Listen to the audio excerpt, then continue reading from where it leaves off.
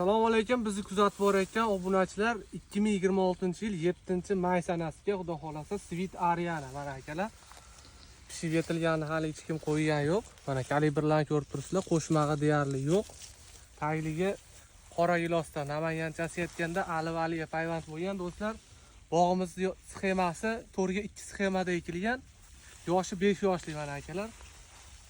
Namanganlik xo'sh tog'alar bizni kuzatib borayotgan bo'lsa, mana xudo xolasa sizlarga bergan ko'chatlarimiz shulardan bemalol aloqaga chiqib olasizlar. Ko'chatlarni, chirinkalarni shulardan olib ko'paytirganmiz mana akalar. Xudo xolasa bir kuz oyiga bemalol aloqaga chiqib olasizlar. Mana bog'ni bu taraflarni bitta ko'rsatib qo'yanki.